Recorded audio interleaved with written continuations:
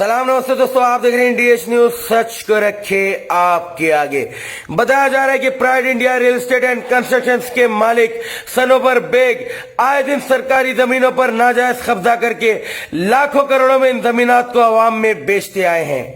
अब सवाल ये उठता है कि इतनी लाखों करोड़ों की सरकारी जमीनों पर नाजायज तरीके से कब्जा करने के बावजूद भी सनोबर बेग जैसे लोगों पर अब तक कोई भी सरकारी कार्रवाई क्यों नहीं की गई है।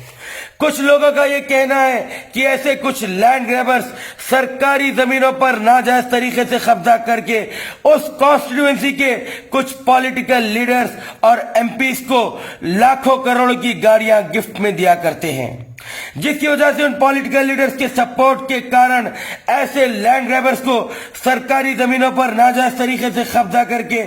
उन्हें बेचने का परमिशन दे दिया जाता है। तफसीलात के लिए आइए देखते हैं डीएच न्यूज की ये खास रिपोर्ट। आज शहर में जो सबसे ज़्यादा हॉट टॉपिक चल रही है वो है प्राइड इंडिया स्कैम। मुझे ये बयान देना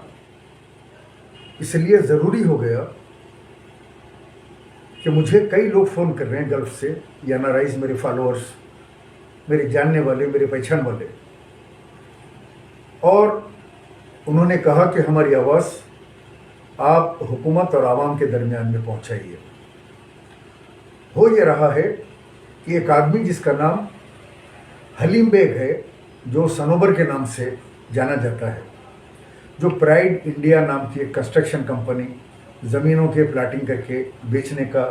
काम करता है, वो 2008 से उसने अमेरिकन टाउनशिप के नाम से वालापुर के अंदर एक बड़ा वेंचर किया और उसके ऊपर कोर्ट ऑर्डर आ गया। गवर्नमेंट की लैंड है, केस चल रहा है। उसके अंदर करीब 500 लोग करोड़ों रुपए की ज़मीन खरीदे और बर्बाद हो गए गवर्नमेंट लैंड के नाम से, यानी ज़मीन किसी और की, और बेच दिए, पैसा वसूल कर लिए मार्केट से, खुद अपनी ऐशो इशरत की ज़िंदगी गुजार रहे हैं। आज मुगल कॉलोनी बल्लागुड़े में आप लोगों ने देखा 24 एकड़ ज़मीन को जो सनोबर बेग ने बेचा था